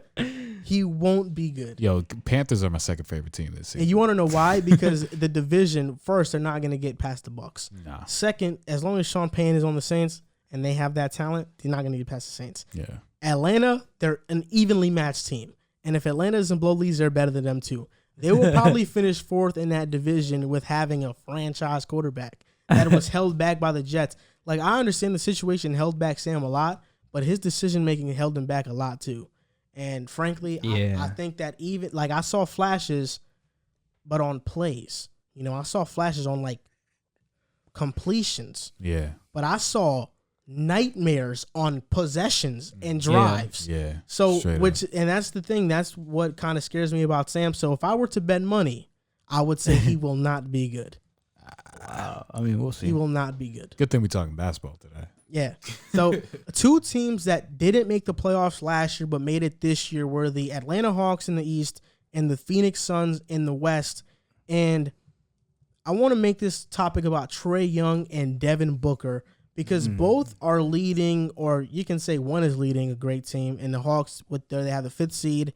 And Devin Booker, I think Chris Paul is the leader, but Devin Booker is also a main part of why they are the 2nd seed. Definitely. But they're both terrific young players. But in your opinion, who is more impactful?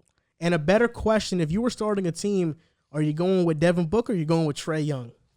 See, for me, how I looked at this season was that Devin Booker, he's learning right now how to lead his team. He needs CP3 for like a little bit of like you said, like a stepping stone to see like what it takes to lead a team. But I think for right now, most impactful is Trae Young because he is that stepping stone. He's the guy that Atlanta has built around. Devin Booker needs CP3 to get to the playoffs. Atlanta, they didn't need anyone. They just needed Trae Young to learn the game for one more year. He comes in, boom, gets him to the 5 seed. As of right now, Trae Young is easily more impactful. But in the future, I think once Booker, like, I'm not going to say he adjusts his game, but once he grows older and, understands, like, what it takes to lead a team, I think he's going to be light years ahead of Trae Young. No doubt about it. Light years. Wow. Light years. What do you think? I'm going to be honest, man. I don't think that's the this case playoffs. Trae Young is averaging 27.5 points per game, 10 assists per game, shooting 47% from the field and 36% from 3. Devin Booker averaging 25, 5 and 5, shooting 40% from the field, 26% from the 3. Both are facing what should be good defenses on paper. I think the Lakers have been a far superior defense than the Knicks have been in the playoffs, no doubt about it. Yeah. But I will say this, man. I think Trae Young is more impactful because he can he can give you the scoring Devin Booker can give you, albeit in different ways. Yeah. But he can also give you 10 assists a night. And last year in his 2nd season, he averaged 29 and 10 basically. And you know that he was first in most missed assists, which means that these should have been assists, but his players just missed shots. He's that good of a player. I think Devin Booker is a scorer. And then you'll probably mention, but Trae Young is not a defender. He can't play defense, whatever. So Devin Booker can't either. Devin Booker's defensive rating in this series against the Lakers has been one of the worst on the Suns. Yeah. So Trae Young, even though he can't play defense, he has an excuse. His size limits him. Devin Booker doesn't have an excuse. His effort limits him on that end. Yeah, and I think because of that, when you look at offense, you look at assists, points, I think Trae Young is more impactful than Devin Booker. And I'll take him moving forward as well because I think as long as Trae Young is running the show and they have a competent head coach and like a Nate McMillan, they'll be a good team. But I think Devin Booker, I don't think he can run his own show. He had last year without CP3, he averaged like I think 26 or 28 points per game and had like 6 to 7 assists per game. Yeah. So he showed his prowess as a playmaker, but I think those assists were more based off like driving and kicking out than actually, making these ridiculous magician passes that Trae Young makes. So I would take Trae Young all day. That's my guy, Trae Young. I agree. I agree. I think now and in the long run, I'm taking Trae Young. Like Joel said, you have a guy any given night that can give you 30 points. You got a guy who can give you 10 assists. I mean, he makes players like John Collins and Clint Capella lob threats better than what they would be without a traditional point guard. I mean, I remember when Clint Capella actually got traded to the Hawks. I remember you were one of the first people that said that Trae Young is one of the best lob throwers in the league, and you know how much that benefits Clint Capella's game. So Trae Young he runs the team tremendously. He's a great passer. I'm talking about I've seen some of the best dimes of the season towards him threading the needle behind the back, perfect lob passes, full court passes. And then on top of that, he can really score with the best of them. I mean, we're talking about a Knicks team that was top 2 in defense all year. I think he's had like 3 games where he had over 30 plus, couple 14, 15 assist games. with Devin Booker, you know what you're gonna get. Devin Booker is a great scorer. He has a lot in his bag. He can score very well.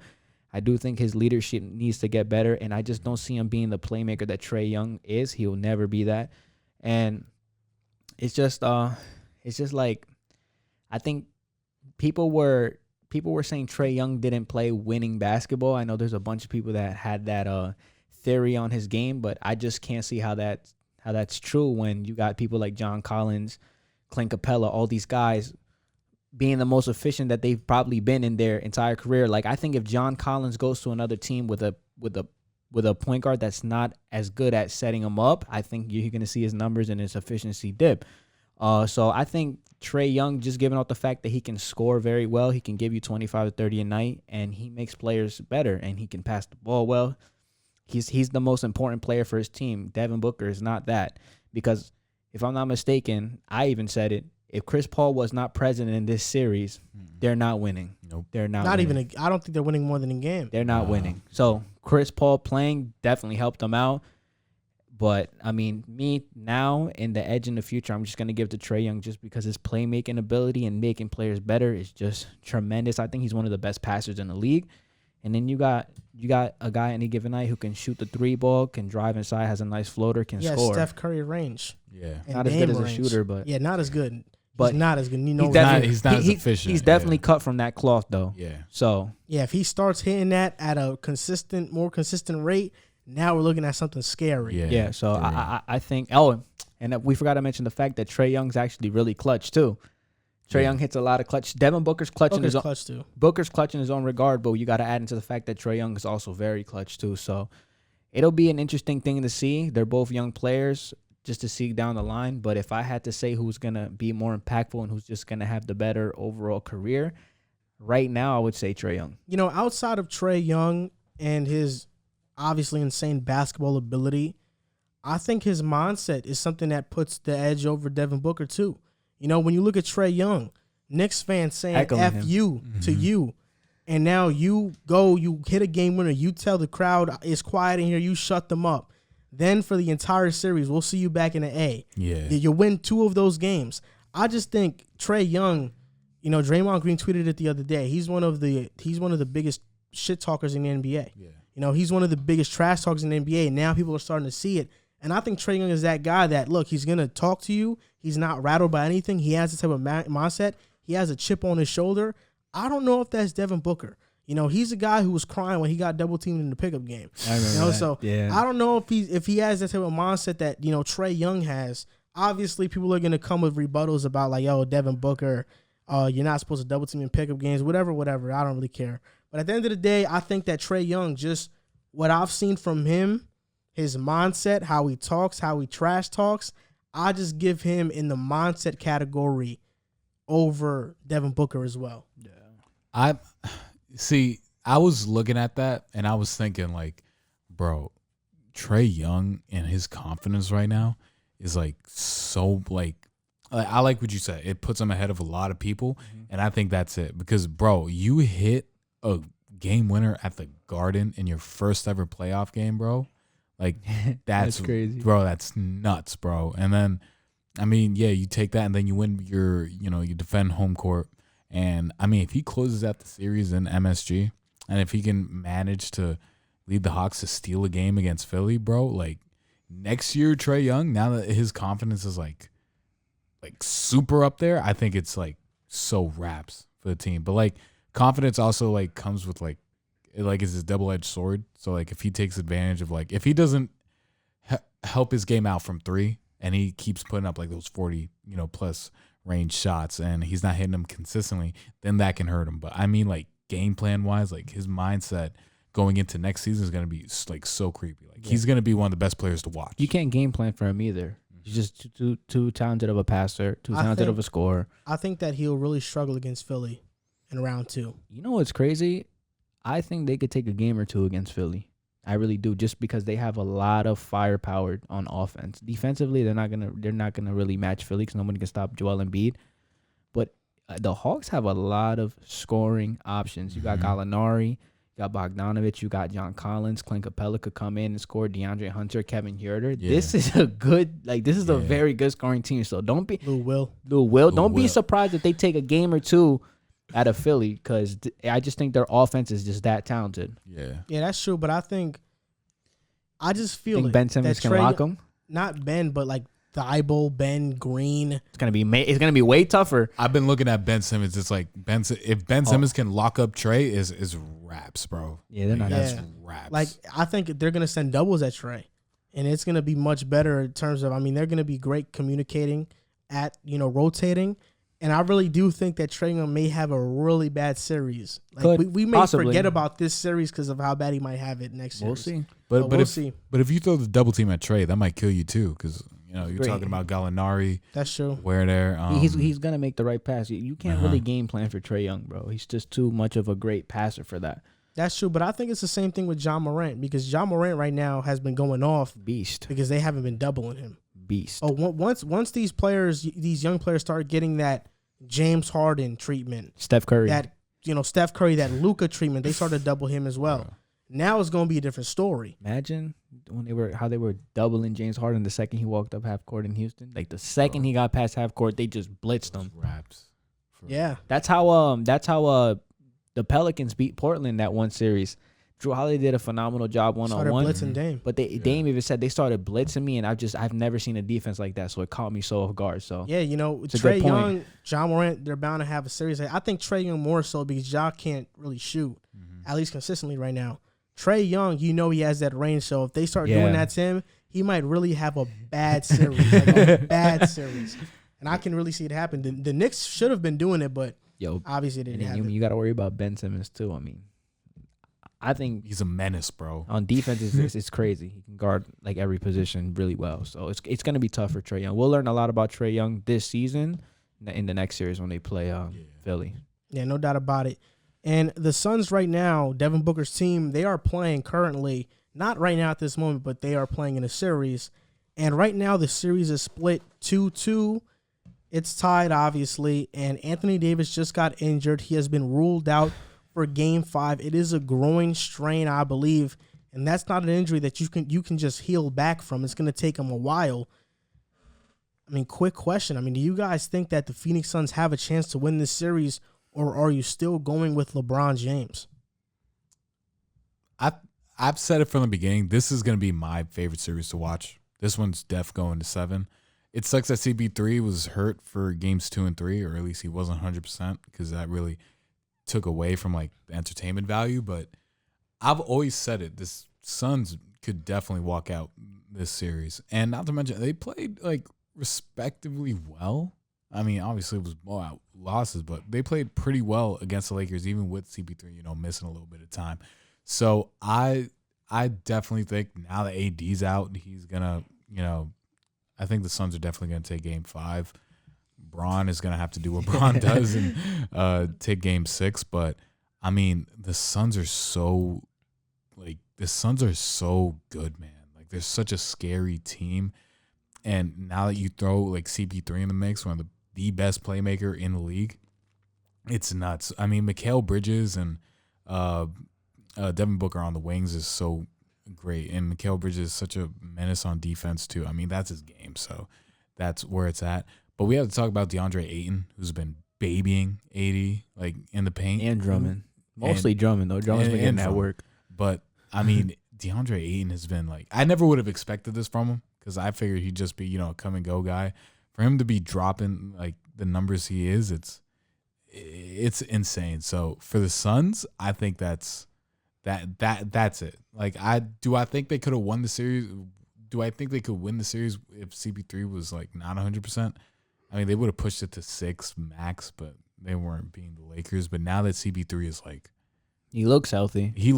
Had a good game. Yeah. So I think that's where that's at. Suns could definitely push this. I think the 2018 draft class is going to go down as one of the best of all time. It's pretty crazy that, DeAndre Ayton getting selected with the number 1 pick over Luka, even though he got and Trae, even though he got selected over those guys, it wasn't a bad pick. It wasn't. You look at the Mavs trade with the Hawks. Luka should have been a Hawk right now.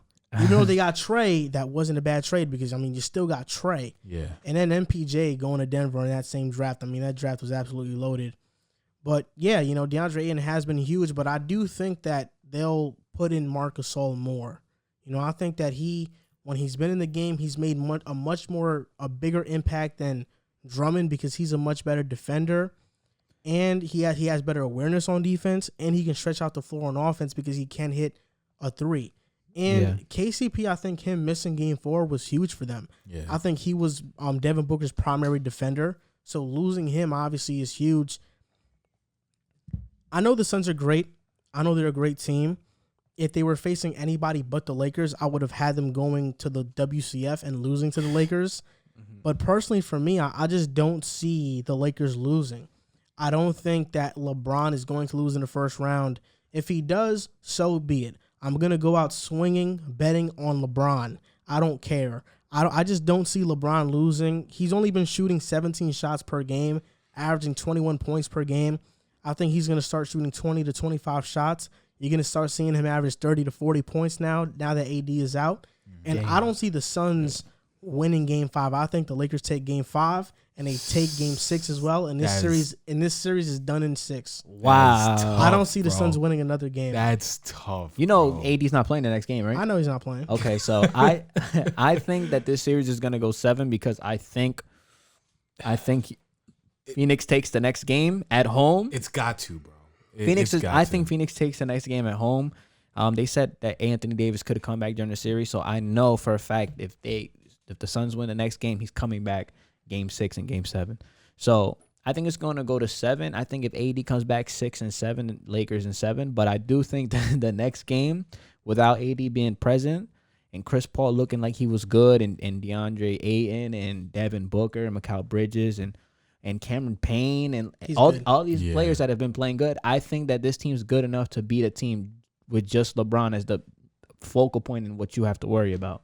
I think AD is what breaks it open, makes me pick the Lakers. But I think if AD doesn't play next game, I think the Suns take care of their business at home. And then obviously AD's definitely going to be back for Game 6 and Game 7. And I think the Lakers win 2 straight. I think they take it in Phoenix. Bro, you straight up believe Phoenix got no shot? Yes. I don't know. They have a shot, but I just don't pick them winning. But I said Lakers in 7, though. From what I've seen in this series, Game 1, it went to Phoenix. Game 2 went to LA. Game 3 went to LA. Game 4 went to Phoenix. Whenever the Lakers' back is against the wall and everybody's doubting them, that's when they come out and they win. And that's why I see them winning Game 5. I will say this. They'll win Game 5, go up 3-2. If they don't close them out in 6, I don't think AD will play that game.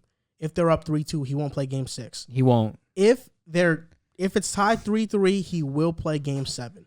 But if it's not, if they close them down, if they close them out in Game 6, in 6 games, he will not return to the series. And I think he won't return to the series. And LeBron's going to show everybody again why he is what he is. I mean, I said Lakers. LeBron's my favorite player, so I'm never going to bet against him. So I say Lakers in 7. But here's my thing. I was looking at it and thinking about like earlier in the season when LeBron was like running that team without AD, he was playing great, but they weren't winning. And like, okay, maybe it's the playoffs now, so like he might be able to muster up like Braun energy and whatnot, but I don't know, man. See, it's gonna go to 7, and I'll let 7, decide that. I'm not gonna pick, who's gonna win. I don't ever bet against Game 7 LeBron though. I think he's earned that respect in his career where he's done it against the Warriors, the Spurs, after he did it against the Celtics. You don't bet against the best Game 7 player of all time. You don't do that. Don't. That's tough though. You don't bet against tough. LeBron. We'll see though. Crowder this series is shooting 18% from 3, and Booker shooting 26% from 3. Yeah. So they have to be better. Testament to the Lakers defense too. Yeah, if they're better, Crowder has been getting open looks though. He hit that one in the corner when LeBron didn't get back on defense. So. Yeah. We'll see. Like I said, I think this series has been good, no doubt about it. Very entertaining. I think the Suns, either way they win or lose, should be very happy about this season. Great season. If the Suns do win this series, though, I think they can really go to the finals. Oh, no, yeah, bro, because they swept the Jazz in the regular season. So, and I think that's the only other competition they got. Clippers? Still. You think they can beat the Clippers? Oh, yeah. I don't know. Oh, yeah? Oh, yeah. The Clippers is going to be a tough matchup. If the Clippers want the Lakers to lose, because if they lose, the Clippers are going to be like, oh, shoot, we got a shot at making it. I think the Clippers could beat the Suns. Me too. I think No. They because nobody nobody on the Suns is better than Kawhi Leonard. No, Nobody. no, that's valid. But like, I'm also like thinking I that still think PG is better than D-Book. Whatever. I'd say they're on the same playing field. Right It'll be a good series, though. I'd say definitely. But they are. I could see 7. I could see 7 in that series too. And if it does go to 7 and the Suns come out, like, bro, you came back from 7-game series back to back. Well, no, it wouldn't be back to back. That'd be in the Eastern Conference Finals. Even right? if because I think they'll beat Denver or Portland Yeah. in the second round. I'm not too worried about that. I'll say this: even if Phoenix does make the finals and they lose, I will still see this helping out Chris Paul's legacy tremendously. You were the first player that was able to get LeBron out of the first round.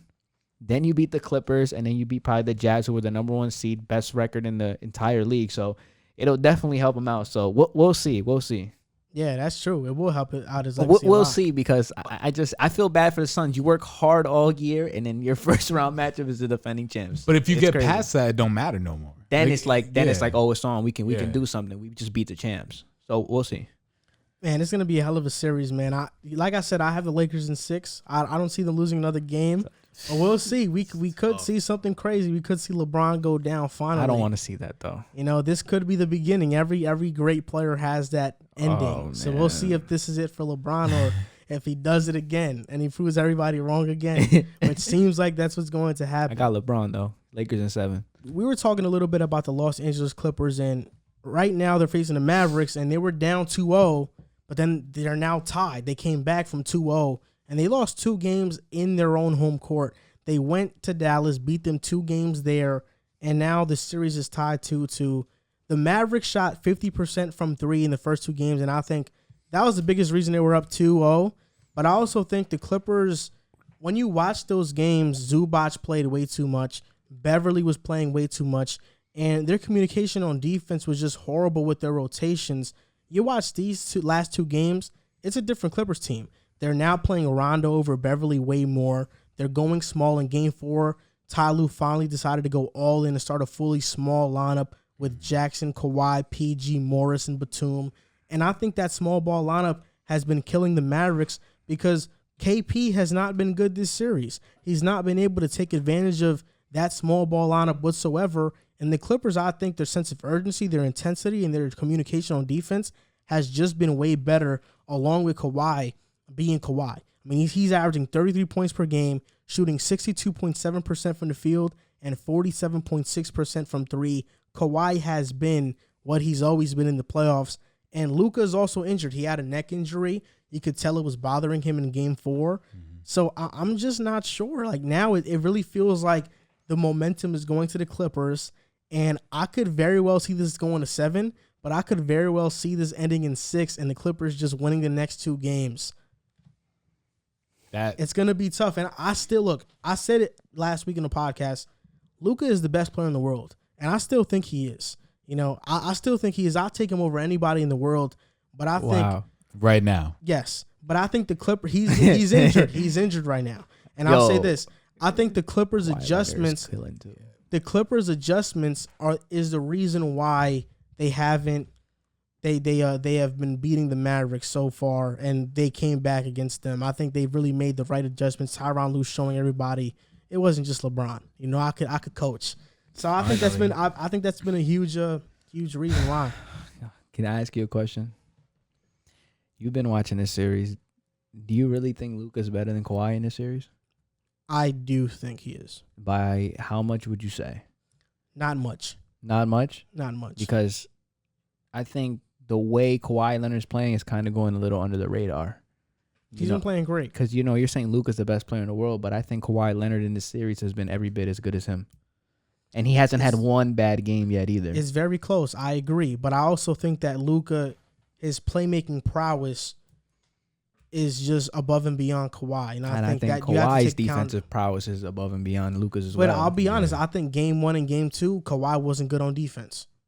He's turned it on now. Yeah, but he's not guarding Luka, though. He's not, because, you know, you have to conserve your energy. Luka dribbles the hell out of the ball, a lot of step backs, a lot of pick and rolls. It's tiring guarding somebody like that. But, I mean, I'm not going to knock your take saying Luka's the best in the world. I just think Kawhi Leonard has been every bit as good as them.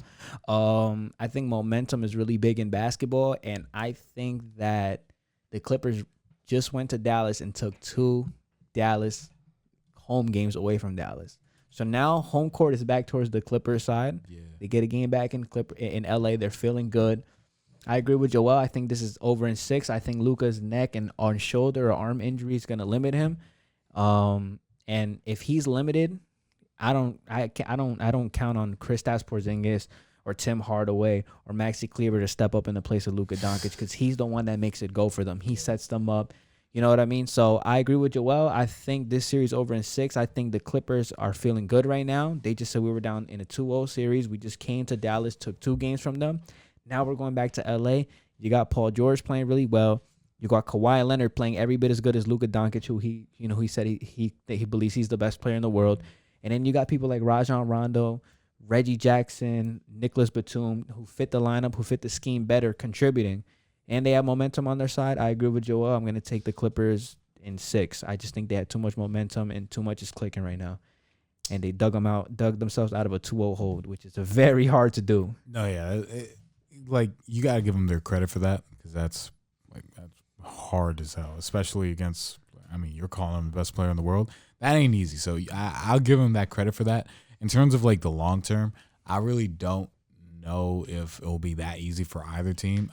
Report came out today that Luka's neck is already significantly better, according to him. So it's obviously not 100%. So I don't know how bad it's going to affect them, but I think this is another series that will go into 7. I think from now on, each team is going to defend home court. So LA is going to win 5. Luka and Mavs are going to win 6. Game 7, I'll give that to the Clippers just because they're more experienced. There's more experience. There's so much more on the table for them and so much more at stake. Yeah. Because bro, I've been saying it. If LA loses this series, they got to blow everything up. They got to just I don't know if they want to completely start new, but maybe Kawhi might go. PG might go. You might want to keep Zubac and Reggie and Jackson, but I really don't know what'll happen to the Clippers if they lose this series. I firmly believe they just gotta blow the whole thing up and see what you can fix.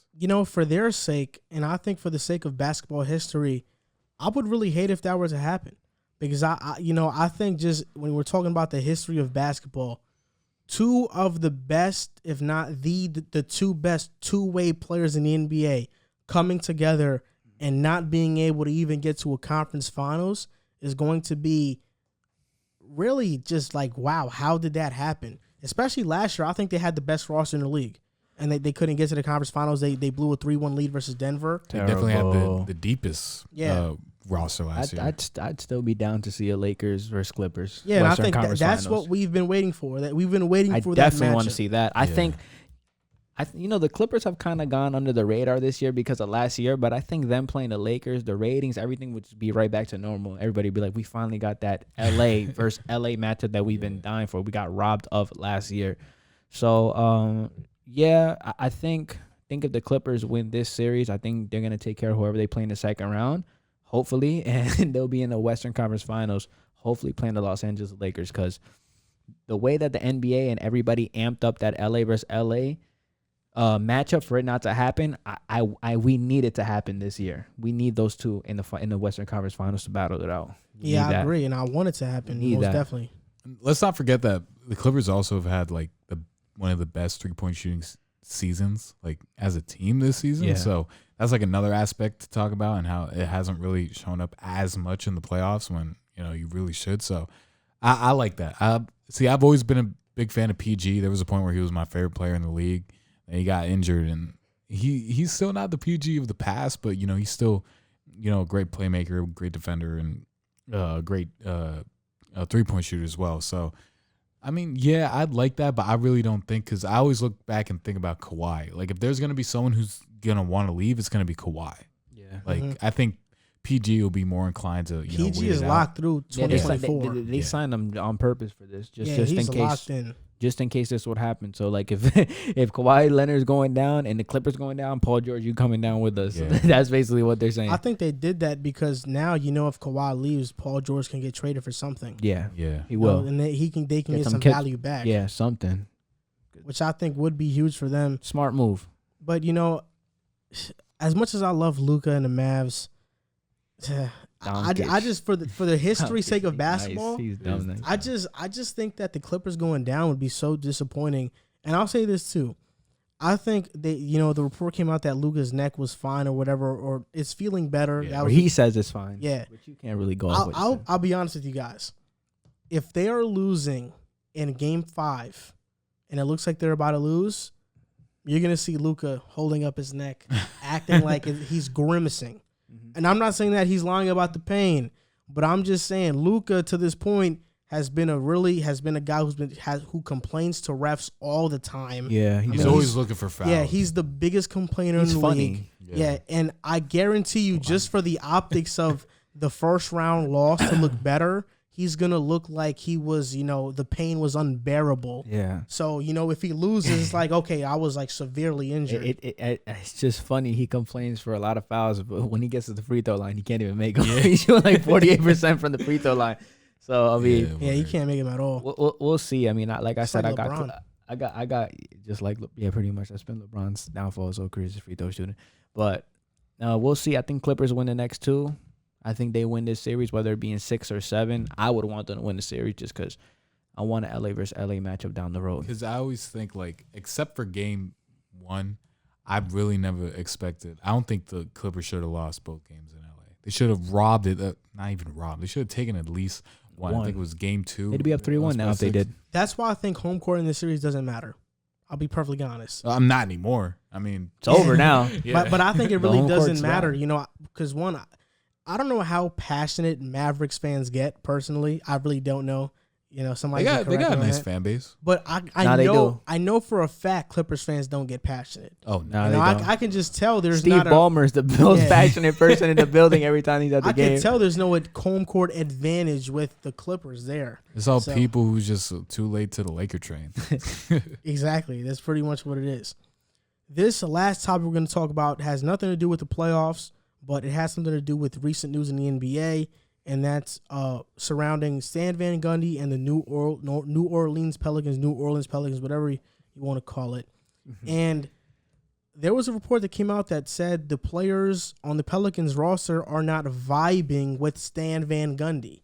And that brings up the question, after 1 year, do you think that the Pelicans should fire Stan Van Gundy? Should he go back to broadcast? And I thought he was a pretty good broadcaster. Hell yeah, he was really good. Should they fire Stan Van Gundy and say, no, you're not the coach, we're going to find another one, and should they bring in a new coach?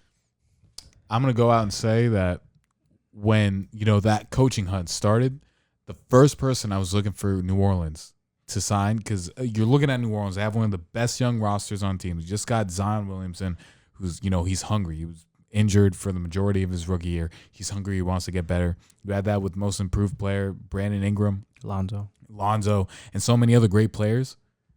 Give a guy who already has experience putting guys in that and give him Kenny Atkinson.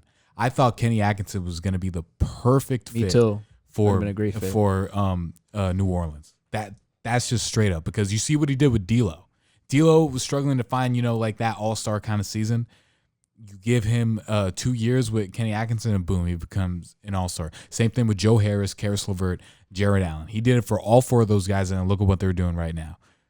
If you okay, I don't know if firing Stan Van Gundy is the answer. Maybe give him 1 more year, but like you said, the players have already said themselves, and typically after players go out and say stuff like that out there, it's kind of raps already. Yeah. Once the media gets a hold of it, it might be a rap. But Kenny Atkinson, I think he's with the Clippers right now. I'm not too sure. He's an assistant. He's an assistant for the Clippers. Yeah, he is. Bro, I think Damn.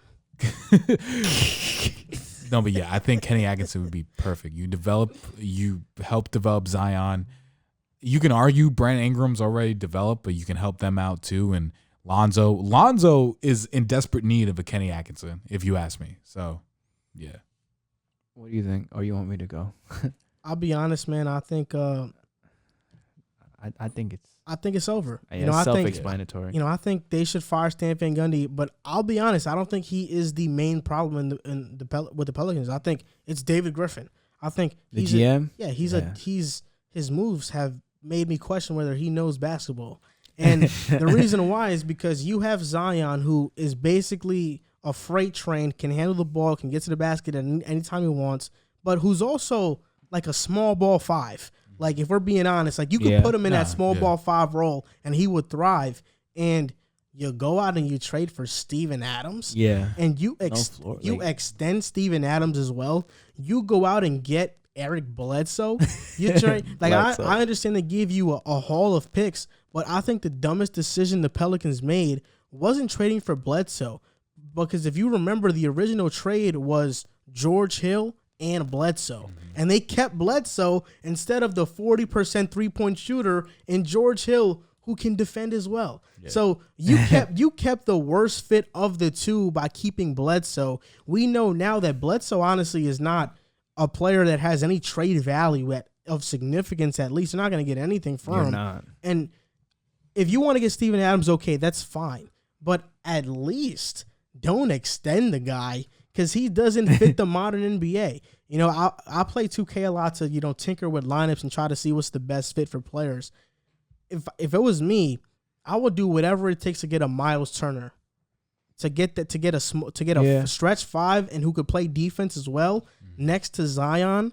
Then you have Brandon Ingram. They could have kept George Hill, had him instead of Bledsoe, who could space out the floor. Lonzo has been good at that too. So I'd go with this. So I'd have a lineup of Lonzo, Williamson, Ingram, Miles Turner, and that 2 spot is questionable, but it could be Josh Hart or anybody else. That 2 spot, you just need a knockdown shooter. That's really what you need right there. Or like a 3-and-D guy, like a Danny Green would be perfect there. All right. Yeah. I mean, I agree. It sucks that he's only had 1 year. It's been a lot of up and downs, but if I'm not mistaken, I think the Pelicans blew the most fourth quarter leads in the NBA, right? Or they were at least up there. I saw a stat the other day. They blew a lot of leads, and that comes down on coaching, whether you like it or not. And on top of the fact that the players aren't really in tune with their head coach, that to me, it's going to lead to more drama down the line. So I think it's just best if they part ways. I don't know who would be able to replace them. I don't know what coaches are going to be available, but Stan Van Gundy's not a bad coach, though. I do think it's more so of the players not gelling with him and following his system rather than him just getting outclassed and outcoached every time. Because if we clearly remember, back in 2009, he was the head coach that took the Orlando Magic to the playoffs. But I'll be honest, I think it was a different team. I think that team was like perfectly constructed. Yeah. Jameer, knockdown shooters surrounded by a dominant defensive center. The game was different during that time. Lewis, Michael Petrus. Yeah, so right. Courtney Lee. Yeah, it was a good team. That was a good team. Bro, you said Hito Turkoglu. I was like, yo. Turkoglu had a good year that year with them. That whole team, Jameer Nelson, Rashard Lewis made the All-Star team. You got Dwight Howard, Defensive Player of the Year, top 3 in MVP race. So, I mean, I'm just going to go more so just off the fact that report is like the players aren't gelling with their head coach. And we know if there's a problem between players and head coaches, if the team does bad, it always falls on the head coach. Mm-hmm. And if I'm David Griffin, you've made enough mistakes to not make another one and get a coach that doesn't vibe with your younger players.